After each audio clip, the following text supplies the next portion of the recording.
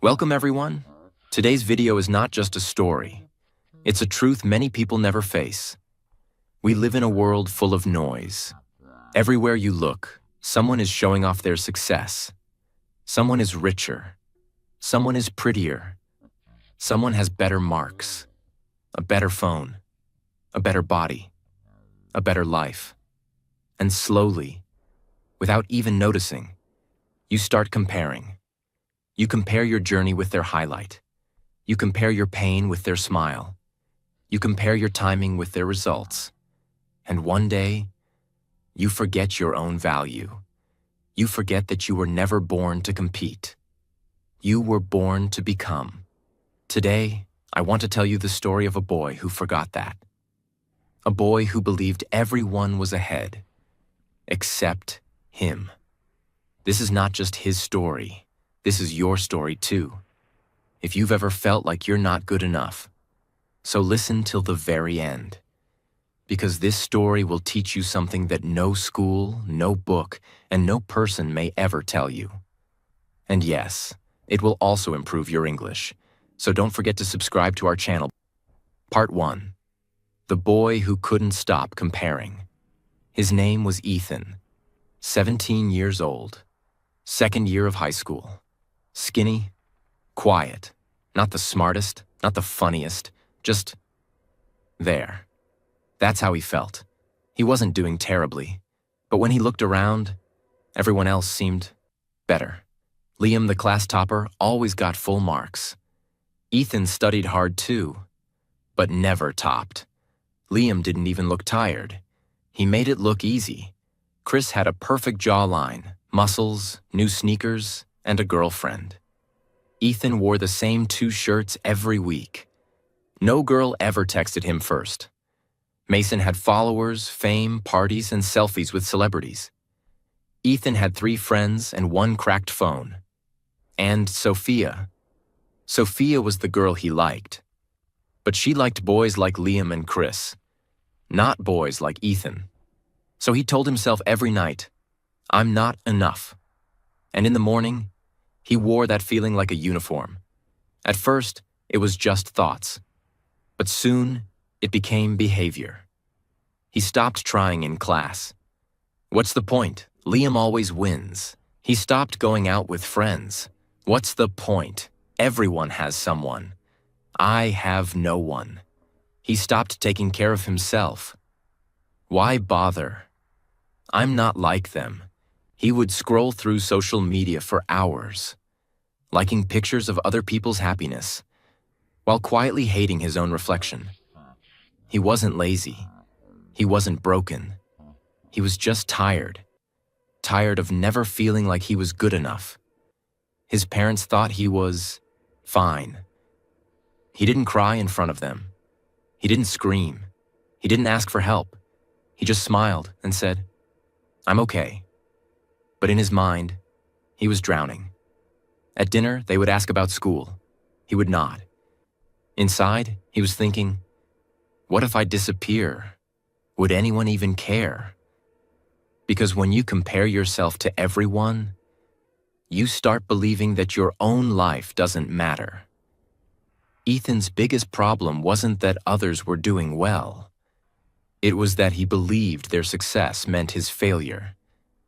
He didn't understand this one truth. Life is not a race.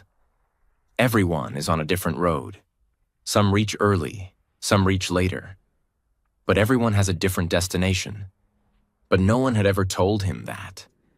He thought he had to be like Liam. He thought he had to look like Chris. He thought he had to live like Mason. And every day, he lost a little more of himself. He lost his smile. He lost his joy. He lost his belief that he was worthy of love, success, or attention. He didn't want to be Ethan. He just wanted to be someone else. One night, he looked at the ceiling in the dark and whispered, "Why am I even here? What's the use of trying if I'll never be the best? Why was I made this way?" He wasn't angry. He wasn't loud. He was just empty. And that's what comparison does. It doesn't just make you jealous. It makes you feel invisible. It tells you, you're behind. You're late. You're not good enough. You're nothing. And if you believe that for too long, you start to disappear inside. Part 2. The breaking point. Ethan was falling, but no one saw it. That's how silent comparison is. It doesn't shout. It whispers. It hides behind fake smiles and fake laughs. He still went to school, still nodded during class, still submitted his homework. But something inside him was missing. His spirit, his light, his identity. Every morning he woke up with a question. Why even try? Why try when someone else is already better? Why run a race that he already felt he had lost? Why be Ethan when no one notices Ethan? It was a Thursday, nothing special, nothing dramatic. But sometimes the biggest changes begin in the most normal moments. That day, Ethan forgot to pack his lunch, so he decided to sit alone on a bench near the back wall of the school building, a quiet place where no one usually went. While sitting there, he heard two boys laughing, far away. It was Liam and Chris, the perfect boys, the ones who had everything Ethan didn't. They were talking, joking, recording reels, and talking about their plans, parties, vacations, followers, fun. And Ethan just sat there, hidden behind the wall, listening, not with hatred, but with something more dangerous. Hopelessness. He whispered to himself, "They're living. I'm just existing. They're chosen. I'm forgotten. They're ahead. I'm stuck." That night, Ethan didn't eat dinner. He told his mom he had a headache. He went to his room, shut the door, and sat in the dark. He stared at the wall for hours. Thoughts started spinning in his mind like a storm. I'll never be successful. Even my parents expect more from me. I'm just average. That's all I'll ever be. No one sees me. No one understands me. Then he remembered something. When he was younger, maybe 8 or 9 years old, he once drew a rocket ship and told his mom, "One day I'll fly high." He smiled for a second, but then the smile disappeared, because now, at 17, he didn't even believe he could leave the ground. At 11 p.m., Ethan left the house. No one saw him. He quietly stepped outside, put on his hoodie, and started walking. It wasn't a plan. It was pain. He just wanted silence. The road was empty. The wind was cold. The sky was full of stars. But Ethan never looked up. He just walked, and walked, and walked, until he reached an old, broken bus stop. There was no one there. Just silence, and an old mirror, cracked, dirty, and forgotten, hanging on a nearby wall. It was probably used by shopkeepers years ago.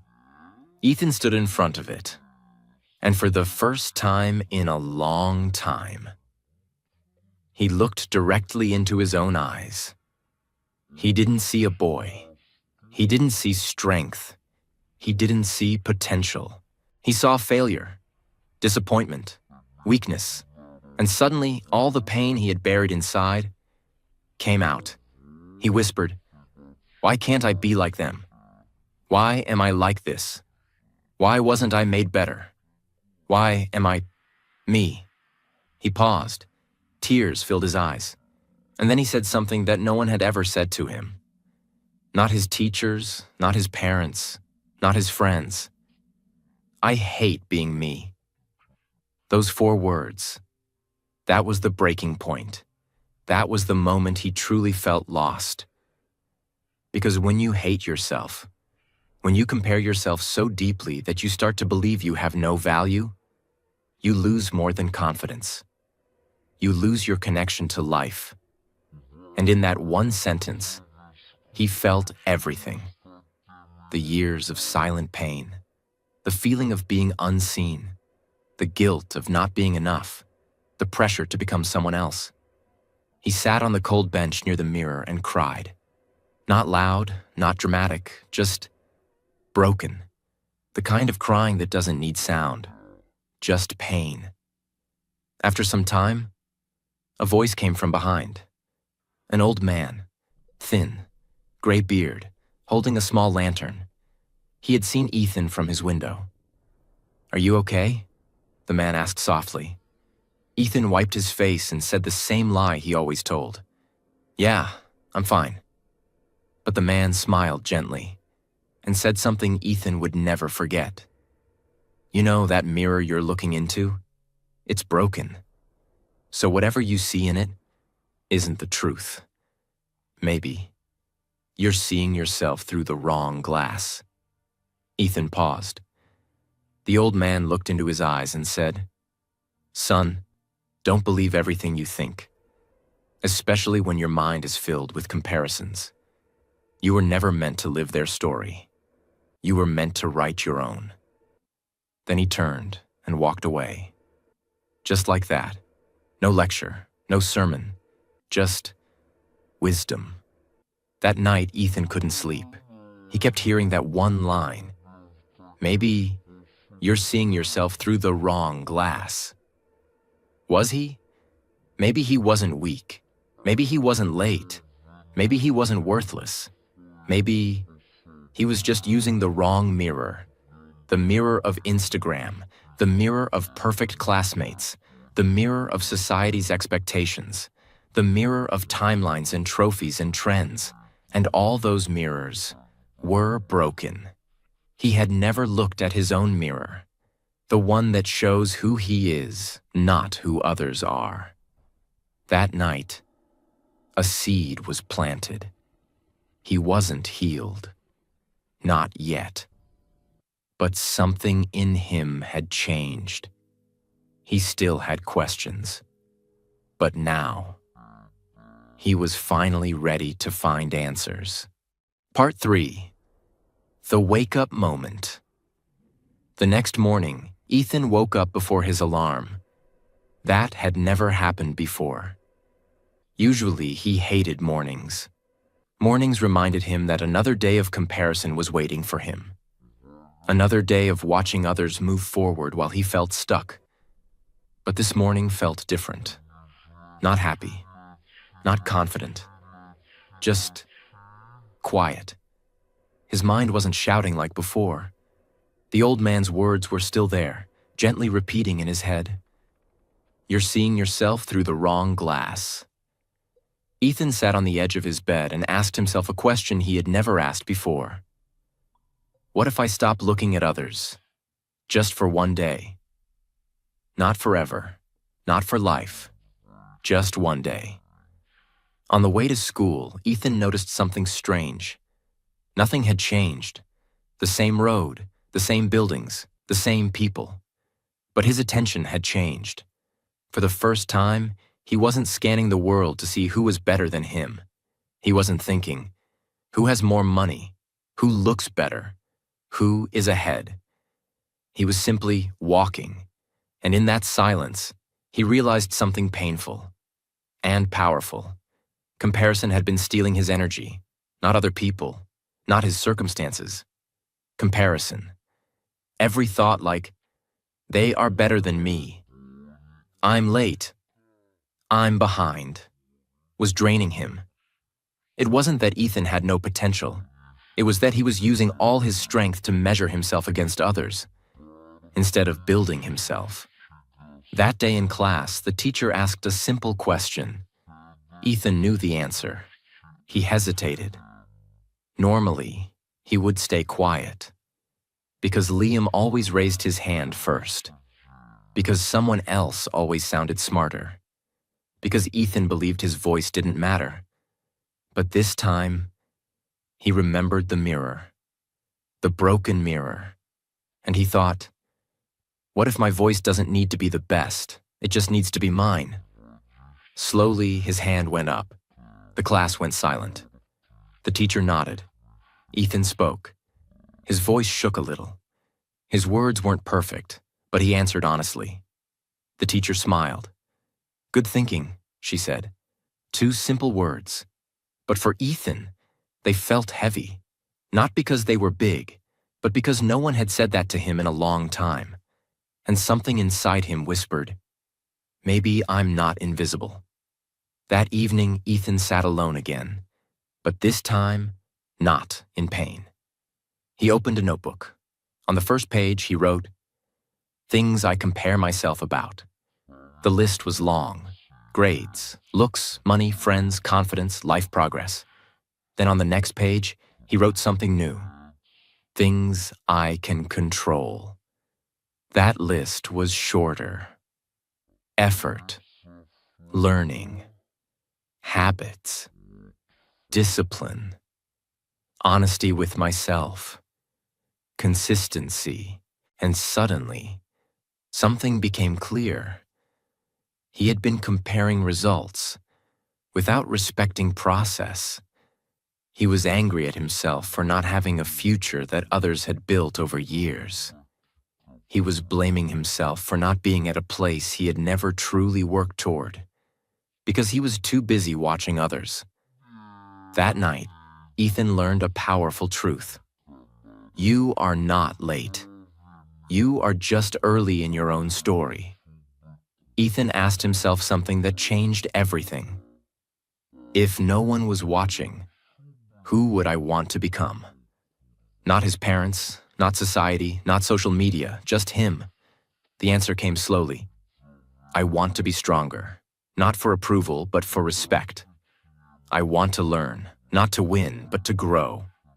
I want to build something, even if no one claps.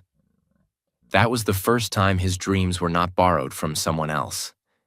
They were his. Ethan realized something dangerous about comparison. When you compare yourself, you disconnect from your own path, you ignore your own growth, you forget your own story. He understood now. The moment you compare, you stop listening to yourself. And when you stop listening to yourself, you lose direction. That's why comparison feels painful.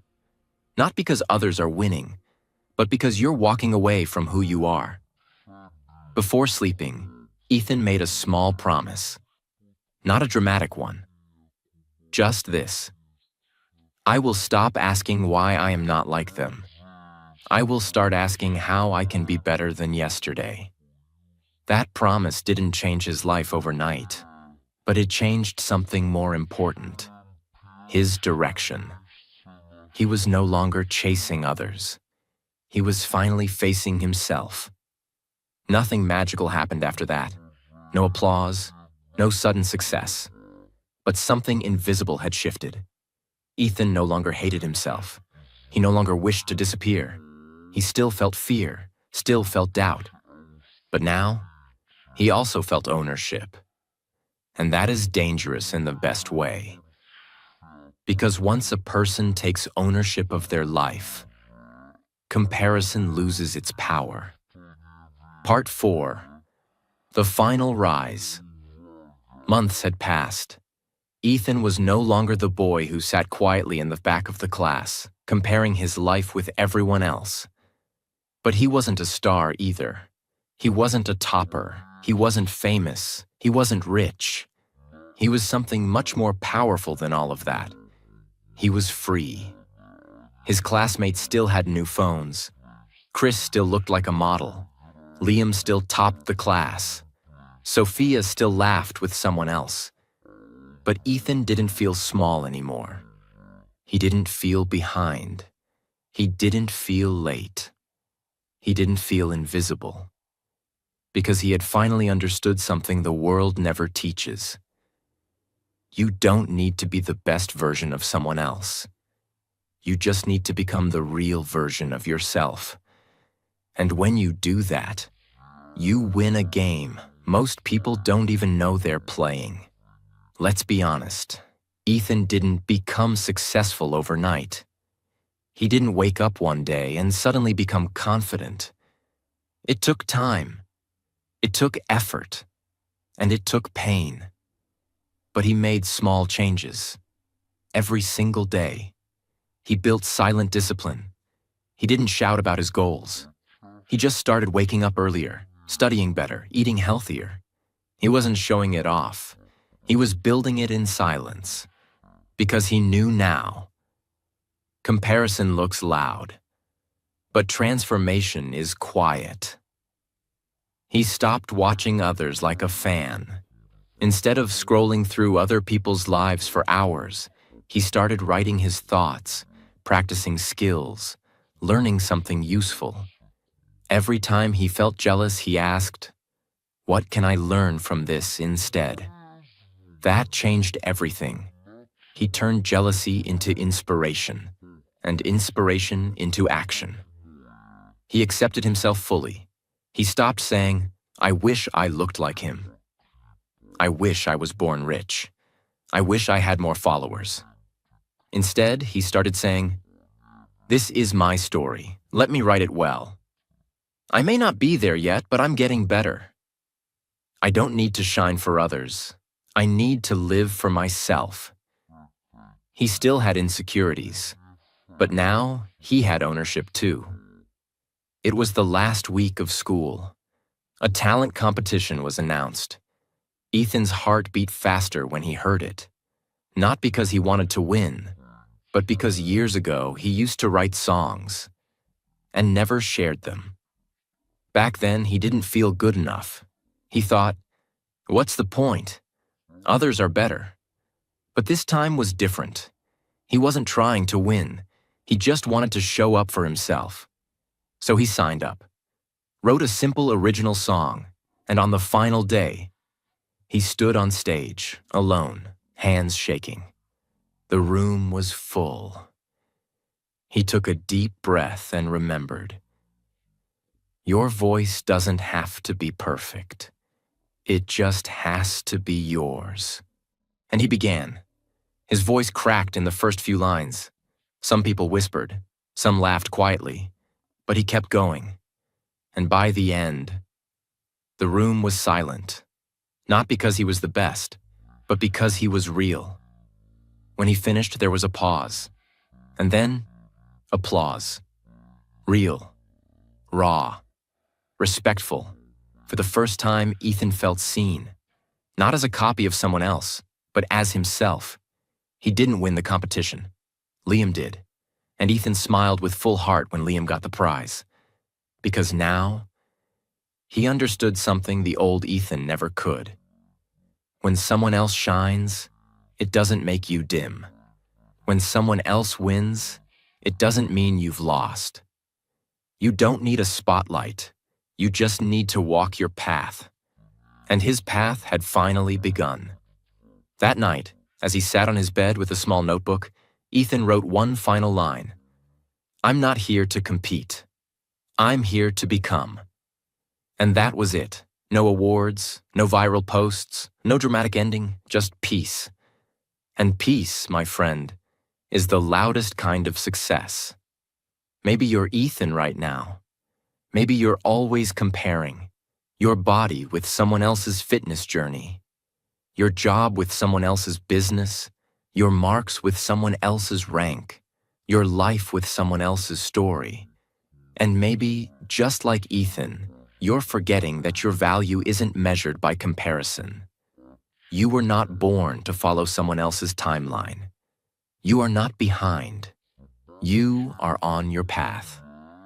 The more you watch others, the more you'll miss your own life.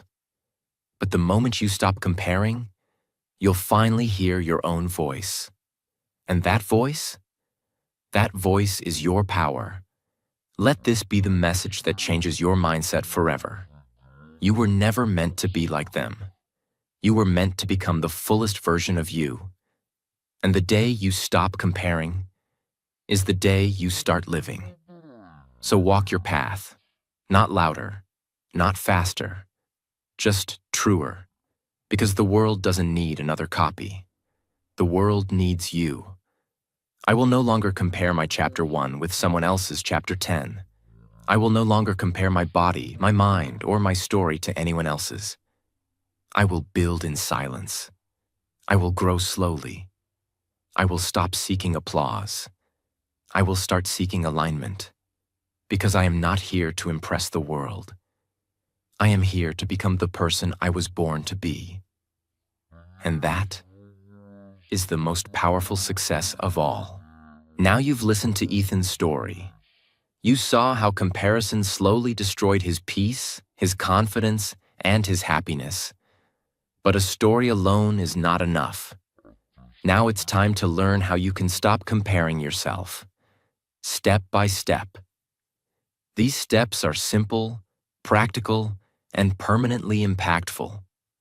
If you apply them honestly, your mindset will never be the same again. Step 1. Become aware of when you're comparing. Before you can stop comparison, you need to first catch it when it's happening. Most people don't even realize how often they compare themselves. It becomes automatic. You scroll on Instagram. Someone looks happier, richer, more successful. And suddenly, without thinking, a thought appears. They're ahead of me. I'm not doing enough. I wish I had their life. And in just 1 second, your energy drops, your motivation disappears, your peace is stolen. That's what comparison does. It's silent, but it's destructive. It's not loud like anger. It's not visible like sadness. It's invisible. It lives in your thoughts, and it grows stronger when you don't notice it. So what's the solution? Start building the habit of catching yourself. Every time you feel that sinking feeling in your stomach, pause. Ask, am I comparing right now?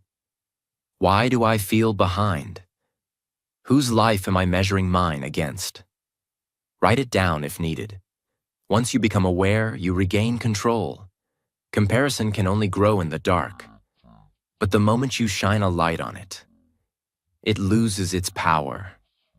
This one habit, noticing comparison in real time, will begin to change how you think, speak, and live. Without awareness, you'll be a slave to comparison. With awareness, you start to become free. Step 2. Understand that social media is not real life. Let's be honest. We don't just compare ourselves with our classmates or neighbors anymore. Now we compare ourselves with the entire world. People with perfect bodies. People traveling in private jets. Teenagers making millions. Models, influencers, billionaires, actors. Couples who look like they're always in love. Entrepreneurs who never seem to fail. And we see it all on our phones. Every scroll is a new reminder of someone doing better than you. But ask yourself, are they really better?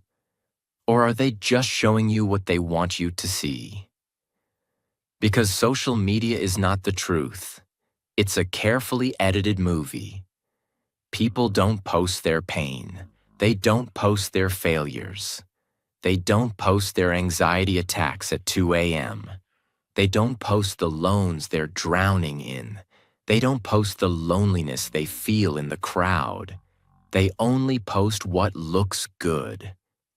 You are comparing your real life to someone else's highlight reel. Of course, it feels like you're behind. Because you're comparing your full story, including the hard parts, to a filtered moment of their story. It's not fair. It's like comparing your unfiltered face in the mirror to a photoshopped magazine cover and wondering why you're not enough. So what should you do? Be aware of your scrolling time. Follow people who inspire you, not people who make you feel small. Take regular breaks. Use social media to learn and grow, not to compare and shrink. And most of all, remind yourself. Real life is not measured in likes, views, followers, or filters. Real life is what you build when no one is watching. Step 3. Replace comparison with curiosity. Now that you're aware of your comparison triggers, now that you know social media isn't real, here's the next powerful step. Don't just stop comparing. Replace it. Because if you just try to stop comparing without replacing it with something better, your mind will go back to the old habit. And the best replacement is this. Turn comparison into curiosity. When you see someone doing better than you, don't say, "They're better than me. I wish I had what they have. I hate myself." Say this instead. How did they get there? What can I learn from them? What habits do they have that I can try? What's one small thing I can do today to grow? This is called healthy curiosity. It turns jealousy into motivation. It turns someone else's success into your inspiration, not your pain. The people you compare yourself to are not your enemies. They can become your teachers. But only if you stop asking, "Why not me?" and start asking, "How can I grow?" Let their journey be a map, not a weapon. Let their success remind you of what's possible, not of what's missing. The most successful people in the world don't waste energy on envy. They use that energy to improve. And so can you. Step 4. Define success for yourself, or the world will do it for you. Most people compare themselves with others because they don't actually know what they want. They just follow what the world shows them. The world says, you should look a certain way. You should earn a certain amount. You should have a certain number of followers. You should be married by this age. You should own this, buy that, be this. And without realizing, you start chasing a life that isn't even yours. You feel behind, not because you are, but because you're running on someone else's track. So here's your task. Pause and define your own version of success. Ask yourself, what does a happy life look like for me? What kind of work gives me peace? What kind of relationships do I want? What would make me proud, even if no one clapped? Because when you have no definition of your own, you will compare yourself with everyone. But once you define success on your terms, comparison becomes irrelevant. If someone wants to be a doctor and you want to be a filmmaker, you can't compare the same calendar, the same salary, the same speed. They're living their story. You're living yours. Imagine someone comparing a tree and a river. It's nonsense. One is meant to stand. The other is meant to flow. You don't need to be better than someone else. You just need to be exactly what you were meant to be. And you can only do that when you define success for yourself. Step 5. Learn from the cow who stopped chasing the peacock. Let me tell you a story. Once upon a time, in a green village, there lived a simple cow. She gave milk.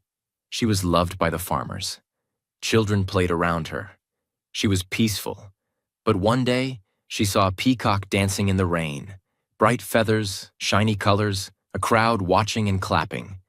And suddenly, the cow felt small. Look at me. I'm boring. I'm plain. Everyone claps for the peacock. No one claps for me. So she started walking differently. Tried to swing her tail like the peacock's feathers. Tried to dance in the mud. Even tried to stop giving milk. Because she thought it wasn't special. The result? She got sick. No one came close to her. She felt useless. And the farmer, confused, sat beside her and asked, "Why are you trying to become something you're not?" The cow said, "Because no one cheers for me. I want to be seen." The farmer smiled and said, "You were never meant to dance. You were meant to nurture, to give, to nourish, to sustain life. The peacock dances for beauty. You live for purpose." That night, the cow stopped trying to be a peacock. She gave milk again. And the entire village came back. Not with applause, but with gratitude. The lesson? When you try to become someone else, you lose your value. In today's world, many people are trying to be peacocks. Beautiful, shiny, loud. But the world also needs cows. Calm, quiet, valuable. So stop chasing what looks exciting and start owning what makes you useful, real, and you. Step 6. Measure progress, not position. Imagine two people climbing a mountain. One started at 8 a.m. One started at 10 a.m. Now they're at different heights. Does that mean the second person is a failure? Of course not. He simply started later. And maybe he's climbing a steeper path. But here's what most people do. They look at someone who started earlier, had a head start, had fewer obstacles, and then feel worthless because they're not there yet. Stop measuring where you are. Start measuring how far you've come. Ask, am I doing better than I did last month? Am I more focused than last year? Am I healing, growing, trying? That's what matters. Let me give you a real-life example. Two boys are learning English. Boy A speaks fluently in 6 months. Boy B still struggles with confidence after 1 year. But boy B came from a background where no one ever spoke English, where he had to study in silence, where he had no support, where he had to work full-time and learn late at night. So who's more behind? Neither, because their journey, effort, pain, and story are not the same. Success is not a line. It's not a race. It's a personal mission. So instead of saying, look at how far ahead they are, start saying, look at how far I've come from who I used to be. That's real growth. And that's the only comparison that's allowed. Step 7. Learn the truth about everyone you admire. Let's say you admire someone. A classmate who always looks confident. A businessman who drives a BMW. A model on Instagram with flawless skin. A singer with millions of followers. A speaker who lights up the stage. They look perfect. They look lucky. They look unstoppable. But here's what you don't see. Everyone you admire is fighting a battle you don't know about. The confident classmate may be fighting depression at home. The businessman may be drowning in debt and fake smiles. The model may be full of self-hate and body issues. The singer may be lonely, addicted, or anxious. The speaker may cry after every event, wondering if he's enough. Because nobody shows their full life, not even the most open people. So when you compare your full truth to their best moment, you are comparing your reality to their performance. That's why you feel less. But remember this, you don't need to trade your truth for someone else's mask. You don't know what they're carrying, but you know what you are becoming. And that's more powerful than perfection. Step 8. Train your brain to say, good for them, now back to me. Jealousy is normal, but staying there is optional. It's okay if you feel triggered when someone else wins. It's okay if your chest feels tight when you see someone doing what you dream of. You're human. But here's what to do in that moment. Don't attack them. Don't attack yourself. Just whisper, good for them, now back to me. Say it every time. It's simple, but it's powerful. You see someone buy a new car. Good for them. Now back to me. You see someone speak fluent English? Good for them. Now back to me. You see someone achieve what you want. Good for them. Now back to me. This simple sentence does 2 things. 1. It removes bitterness. 2. It brings your focus back home, to your own growth. Remember, success is not cake. Just because someone has a slice doesn't mean there's none left for you. So next time someone shines, don't shrink, clap for them, and keep building your own light. Because real confidence is quietly competitive, not loudly jealous. Step 9. Fall in love with the long road. Here's a truth you must accept. Real growth takes time. Deep confidence takes time. Self-respect takes time. But comparison makes you want it all now. You see someone's body after 3 years of gym and want it in 3 weeks. You see someone's fluency after 5 years of practice and get frustrated after 5 days. You see someone's business after 10 failures and want to succeed with no risk. That's not how greatness works. Success is not a microwave. It's not instant. It's a slow fire. It burns quietly. It shapes you in silence. And when it's ready, it shows. So here's your mindset shift. Don't fall in love with results. Fall in love with becoming. Because when you fall in love with the long road, you stop comparing your day 17 to someone else's day 700. Your journey is not late. It's just unfolding. So walk slowly. Walk with grace. Walk with courage. And don't quit just because it's taking time. Remember this, the longer it takes, the stronger it builds. Step 10. Embrace the fact that you were never meant to be like anyone else. You are different, and that's not a flaw. That's the design. God didn't make you a copy. He made you a creation. Different voice, different timing, different looks, different story. You keep asking, why don't I look like them? Why am I not as fast? Why didn't I get what they got? But you're asking the wrong question. The real question is, why don't you see what's already inside you? But remember, nobody has everything, and nobody is perfect. Not even the people you worship. Everyone lacks something. Everyone hides something. Everyone struggles with something. But the strongest ones are those who stop chasing sameness and start building themselves. You were never meant to walk their path. You were never meant to speak their way. You were never meant to win their game. You were meant to build your own world. That's why your voice sounds different. That's why your timing feels different. That's why your spirit hurts when you try to become like someone else. Because you weren't made for imitation. You were made for transformation. Say this out loud, every day.